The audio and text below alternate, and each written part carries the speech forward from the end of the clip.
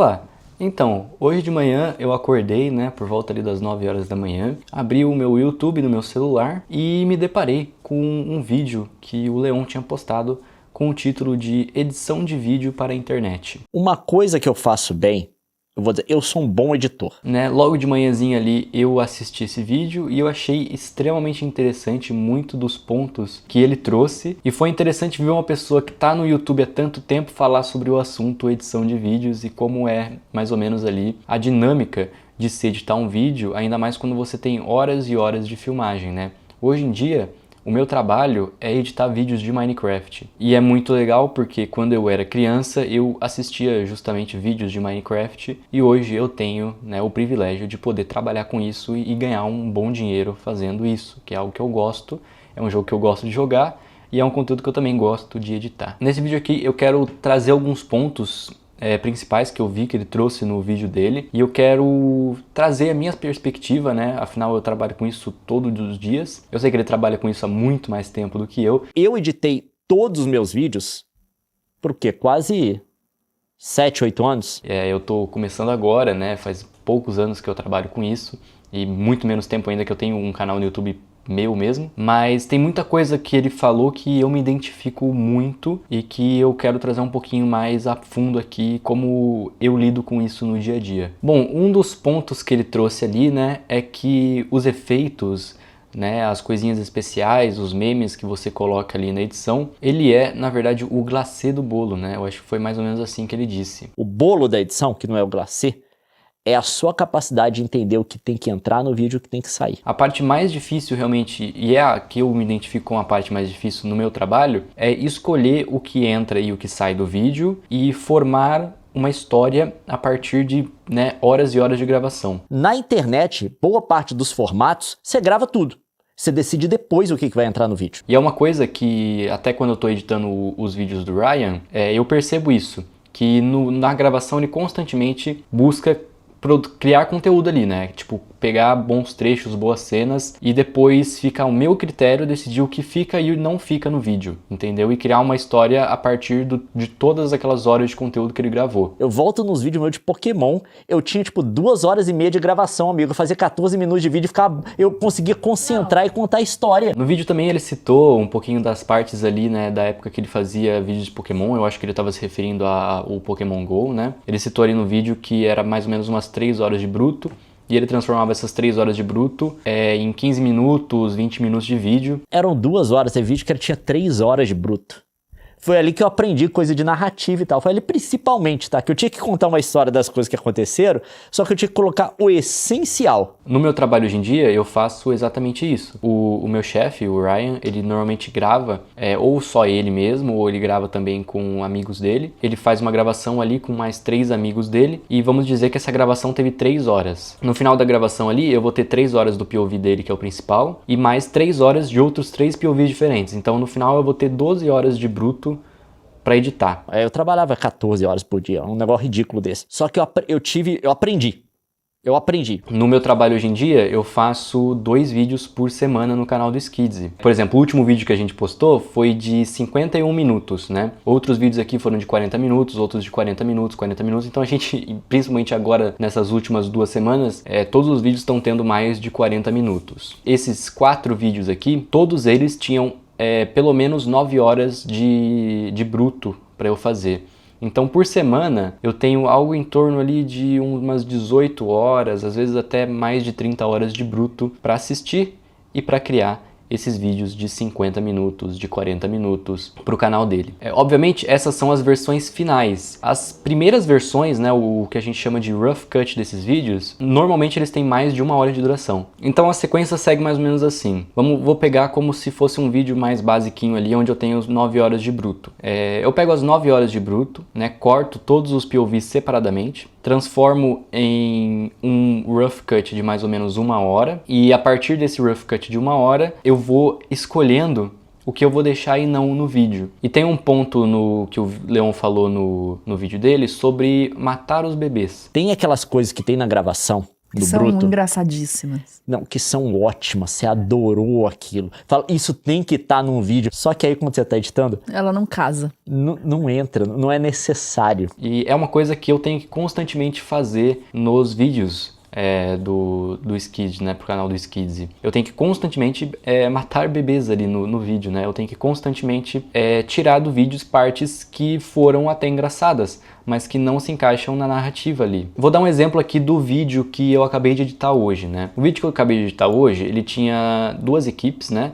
Eram 2 pessoas em cada equipe e a equipe tinha mapas diferentes. Então o que eu tinha que decidir nesse vídeo? Eu tinha que decidir qual das 2 equipes eu ia mostrar, e eu tinha que, ao mesmo tempo que eu tinha que focar no POV do Skids como principal, eu tinha que desenvolver a história a partir do POV dele e também adicionar momentos de outros POVs, de pessoas que não estavam no mesmo lugar que ele, mas que também tinham cenas engraçadas. Agora pensa, eu estou desenvolvendo uma narrativa no POV do Skids, onde ele está apresentando o mapa e ele está aprendendo algumas dinâmicas ali e mostrando o que está acontecendo na parte dele do mapa. Se do outro lado do mapa tá acontecendo a coisa mais engraçada do mundo, sabe? Pode ser a cena mais divertida lá, a cena mais... Porra, pode ser um negócio super foda. Mas se essa cena não tem espaço pra entrar no meio da narrativa que tá acontecendo ali com o Skids, muito provavelmente ela não vai ir pra versão final. Porque eu não posso simplesmente quebrar uma história que eu tô contando ali no começo do vídeo com alguma outra partezinha engraçada ali no meio, simplesmente porque eu acho que é engraçado, entendeu? Pode ser uma parte realmente boa, que talvez até alguns fãs gostariam de ver isso, mas quando a gente parte para realmente o número de pessoas que está assistindo aquilo, a gente tem que pensar no que é mais relevante, não para aqueles 10% de fãs que vão gostar de realmente ver aqueles extras, mas sim para os 90% ali que estão mais focados na narrativa do vídeo e que realmente precisam de mais retenção. Eles precisam de um vídeo que retenha mais eles, né? A maior parte do público realmente precisa de um vídeo que vai reter eles mais. Então é por isso que você precisa ter mais cuidado no que você vai adicionar no vídeo ou não. Só que a galera que quer aprender edição não Olha sabe o que é. né? Olha a superfície. Não, eu tenho que colocar esses efeitos, esses mimizinhos e coisas do tipo. Não. A edição... O difícil da edição, o coração, é escolher o que entra e o que sai. Né, uma das coisas que o Leon também trouxe ali de pergunta no vídeo é o que faz diferença para quem está assistindo. E quando você pensa nisso, ainda mais quando você tem uma audiência maior, que nem é o vídeo do Skids, e que pega mais de 500 mil visualizações por vídeo, eu tenho que pensar na maior parte da audiência. Por exemplo, se aparece alguma partezinha engraçada ali, em algum momento engraçado, para uma pequena porcentagem da audiência, talvez seja interessante ter aquilo ali no vídeo, porque realmente são fãs mais fiéis e vai ser legal para eles assistir os bastidores, até de certa forma, ou alguma parte mais engraçada ali que não contribua para a história do vídeo. Para esse 10% deve ser legal. Mas quando se trata de YouTube, querendo ou não, a gente tem que criar uma narrativa que seja interessante para a maioria e não para a minoria. Então é por isso que muitas vezes muita coisa não vai pro ar, né? Nos vídeos do Skids eu já editei mais de 100 vídeos para ele e tem no mínimo umas 50 horas de conteúdo bom que nunca foi pro ar. Por exemplo, cada vídeo que eu edito para ele, normalmente o primeiro corte que eu faço, né, o first cut, tem no mínimo ali uma meia hora de conteúdo que simplesmente não vai pro ar. Às vezes porque o conteúdo não se encaixa na narrativa, às vezes porque se eu adicionar muita coisa ali, o pacing fica meio errado. A parte difícil do meu trabalho, ela não é necessariamente ficar adicionando efeitos especiais, memes e essas coisas. Não, essa na verdade é a parte fácil. A parte difícil é eu pegar 9 horas de bruto e transformar em uma história de 40 minutos, né? Que já é um vídeo bem maior do que era antigamente. Antigamente você tinha vídeos com menos duração. Normalmente o YouTube antes trabalhava mais com vídeos de 10 a 15 minutos, né? Com o canal do Skids em específico, a gente trabalha com vídeos com mais de 30 minutos. Então, consequentemente, o bruto dele também vai ser muito maior. E bom, retomando um pouquinho o que eu estava falando lá atrás, de você fazer conteúdo para 90% da audiência, isso fica bem nítido quando você analisa um gráfico de retenção. No começo, quando eu comecei a editar pro Skids, a gente analisava mais gráfico de retenção. Hoje em dia, a gente já pegou um pouquinho melhor o jeito ali da audiência, então a gente já sabe mais ou menos o que manter no vídeo ou não. Mas no começo, a gente até tentava manter algumas partes ali que não eram relevantes para a história e não contribuíam praticamente com nada no vídeo. Era simplesmente um momento engraçado e a gente deixava no vídeo porque supostamente era engraçado e as pessoas iam gostar de ver. Só que a gente ia no gráfico de retenção do YouTube depois e a gente via que tinha uma queda ali. Por quê? Justamente porque aquele momento não contribui em nada para a história do vídeo. Ele era simplesmente um momento engraçado jogado ali, ou às vezes um momento engraçado que foi se arrastando por muito tempo e as pessoas perderam o interesse. Inclusive foi uma das coisas que a gente chegou na conclusão, assim, depois de algumas reuniões ali, mais pro começo do canal. É que a gente faz um estilo de edição que a gente chama mais ou menos de... Ele chamou de nuggets. Eu não sei direito como que seria a tradução pro português disso, mas basicamente o que seria esses nuggets, né? O jeito que a gente estrutura os vídeos é tipo, o vídeo tá aqui, ele segue uma linha assim, daí aqui tem um pico. Aqui esse pico seria uma punchline ou um momento de muito suspense. E depois ele desce. Então ele vem, ele tem o pico, depois ele desce. Depois ele vem de novo, tem um pico, depois desce. Desse jeito, a audiência ela vai constantemente ganhando recompensas, de certa forma, ali conforme ela vai assistindo um vídeo. É bem nítido, muito mais nítido, em filmes.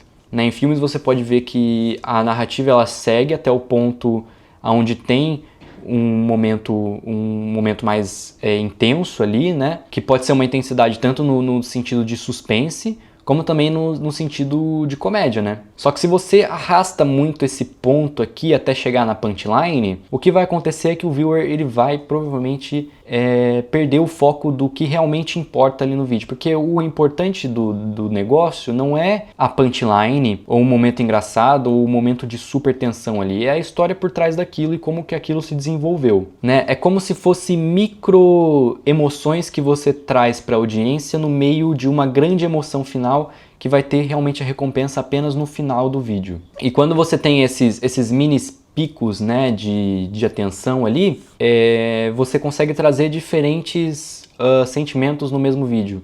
Né? Então tem partes do vídeo onde são mais engraçadas, tem partes do vídeo que são mais tensas, até porque a maioria dos vídeos, por mais que sejam às vezes vídeos assustadores, eles não se mantêm assustadores durante a história inteira. Isso você consegue perceber na maioria dos filmes de terror. O filme de terror, ele não é extremamente tenso o filme inteiro, né? Ele tem momentos felizes ali, ele tem momentos mais sentimentais e ele tem momentos de jump scare, ele tem momentos mais agressivos, né? Ele tem momentos mais tensos. Recentemente eu assisti Invocação do Mal e com Invocação do Mal você consegue ver bem isso, né? Principalmente as cenas onde tem supostamente um jump scare.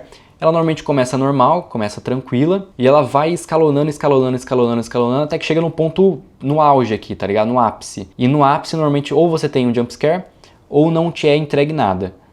E daí volta ao normal, entendeu? Mas o sentimento estava ali, entendeu? O sentimento ele foi crescendo conforme você foi passando ali a sensação, seja pela uma música diferente, um momento mais tenso, momentos com mais silêncio no vídeo, ou às vezes até algum momento que poderia trazer uma emoção de jumpscare e teve um alívio cômico. É importante quando você trabalha com audiência, você trazer emoções para as pessoas, porque se for uma flatline, normalmente as pessoas vão perder o engajamento no vídeo, entendeu? Então você precisa ter começo, meio e fim, né? E obviamente não precisa ser necessariamente nessa ordem, mas é importante que você tenha uma narrativa e ela comece em algum lugar e termine em outro. Às vezes ela pode começar do fim e terminar no começo. Depende de como você quer contar a sua história. Outro ponto que ele trouxe também naquele vídeo foi a parte de muitas pessoas, principalmente do audiovisual, trazerem muita estética e pouco conteúdo.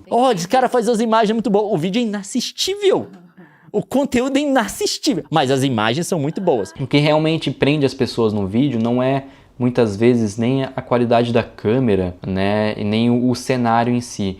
Eu diria que o que mais prende as pessoas no vídeo é a história. Primeiro, a história que está sendo contada, né? E segundo, o áudio, né? Eu diria que o áudio é um fator crucial para o vídeo. Você precisa de um bom áudio para você conseguir contar bem a sua história, muito mais do que você precisa de uma boa imagem para contar a sua história. E com boa imagem, eu não me refiro apenas à qualidade da câmera, mas justamente do que o Leon chamou de glacê, né? Você não precisa de grandes efeitos especiais, memes toda hora na tela para contar uma boa história. O que vai ser muito mais crucial na hora de contar uma história é os cortes. É o jeito que você corta o vídeo. Na maioria das vezes, isso é o mais importante. Às vezes eu vejo muito editor que tem muita capacidade de criar efeitos e de criar motion graphics, né, e de até trazer uma atmosfera audiovisual ali muito boa para o vídeo, mas quando se trata dos cortes em si e da narrativa em si, do começo, meio e fim do vídeo, eles pecam bastante. né? Quando vai pra parte de tipo você pegar 9 horas de filmagem, 12 horas de bruto ali e transformar em um vídeo de 30 a 40 minutos, eles não conseguem criar uma narrativa boa no vídeo de 30 a 40 minutos. E muitas vezes tentam compensar botando efeitos por cima ali, botando músicas, às vezes que nem combinam com o que está sendo retratado ali. E às vezes eles tentam compensar essa falta de narrativa que eles não conseguiram fazer apenas com os cortes, adicionando efeitos em cima, para que de certa maneira fique mais interessante pro espectador. Mas muitas vezes o espectador ele não está buscando coisinhas bonitinhas ali, não. Ele está buscando, na verdade, alguma história que faça sentido dele ouvir, entendeu? E presta atenção no que eu disse, né? Ouvir. Ele não, às vezes ele nem está tão interessado no que está passando na tela. Às vezes ele está mais interessado no que está sendo contado. Então, muitas vezes ele assiste o vídeo, tipo, de fundo mesmo, né? Às vezes sem nem ver o que está se passando ali no vídeo, ele assiste o vídeo como se fosse um podcast. Então, é por isso que tem que ter realmente um foco bem grande no áudio. Obviamente, isso se aplica muito mais a vídeos onde você está ativamente falando com a câmera. Nos vídeos de gameplay, a imagem é bem importante também, né? Porque tudo que é dito é meio que narrado a partir do que está acontecendo no jogo. Mas isso não quer dizer que você precisa de grandes efeitos especiais ali na tela quando você está fazendo um vídeo de Minecraft, por exemplo. Obviamente, é legal você inserir algumas coisinhas diferentes.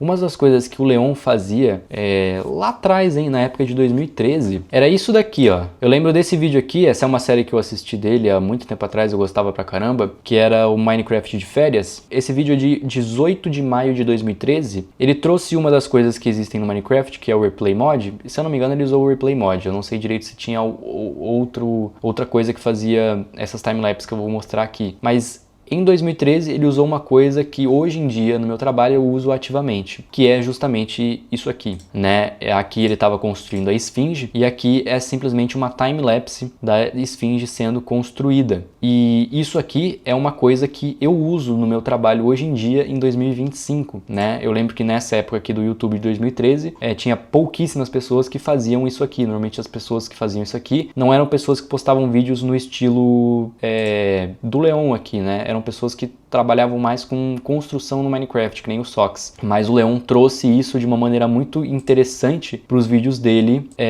numa época onde isso era praticamente desconhecido, né? Na comunidade aqui de Minecraft do YouTube dessa época. Não diria desconhecido, mas é muito pouco usado, né? E ele trouxe isso. E isso é uma coisa que eu uso constantemente no meu trabalho. Por exemplo, vamos pegar esse exemplo aqui do vídeo do Skidzy, né? Esse vídeo aqui eu postei há 2 meses atrás, é um videozinho antigo, mas ele tem um replay aqui que eu achei muito bonito e que eu quero mostrar. Por exemplo, aqui ele tá no Minecraft Hardcore aqui, e ele está invocando um Wither especial aqui, né? E dentro dessa narrativa aqui, eu vi a oportunidade, em uma das falas que ele teve, de inserir um replay, quase como se fosse um foreshadowing do que vai acontecer no futuro no vídeo. Esses 2 clipes que vocês acabaram de ver, eles foram feitos no Replay Mod do Minecraft, né? Esse aqui foi feito no Replay Mod do Minecraft. O jeito que o Leon usou isso em 2013, né? Ele usou para fazer uma timelapse. Hoje em dia também tem algumas partes do vídeo ali onde eu uso isso para fazer uma timelapse. Um dos exemplos é a intro desse vídeo. A intro dos vídeos também ela é feita a partir do Replay Mod. Nesse vídeo aqui em específico, vou pular um pouquinho, ó. Por exemplo, algumas partes aqui do vídeo foram feitas com timelapse, por exemplo, essas daqui, né? Todas aquelas cenas ali, elas foram feitas usando o Replay Mod e fazendo uma timelapse ali. Então é muito interessante ver que o Leon usava isso lá em 2013, né? E é uma coisa que hoje em dia é praticamente padrão nos vídeos de Minecraft dos youtubers atuais. Praticamente todos os youtubers, pelo menos os gringos que eu conheço, eles usam Replay Mod ativamente nos vídeos dele. Seja para fazer a intro ou seja alguma parte ali no meio do vídeo. E foi interessante ver o Leon trazendo isso para a comunidade de Minecraft brasileira há literalmente 12 anos atrás, né? Então, bem à frente do tempo dele. Isso é muito legal de ver. Eu achei muito legal assistir o vídeo do Leon. Foi muito interessante ver uma pessoa que está há tanto tempo trabalhando com vídeo, né? Querendo ou não, eu acabei de começar. Eu sou uma criança comparado com o cara. Então, é muito legal ver uma pessoa que tem muito mais experiência que eu falando sobre o assunto. E tirando um pouco daquele negócio que, tipo, edição de vídeo é botar meme e efeito especial. Cara, não. A edição de vídeo, ela, na maior parte das vezes, tem muito mais a ver com cortar o vídeo e criar uma história do que, de fato, adicionar efeitos especiais e memes. Bom, eu acho que o vídeo vai ficando por aqui e até o o próximo.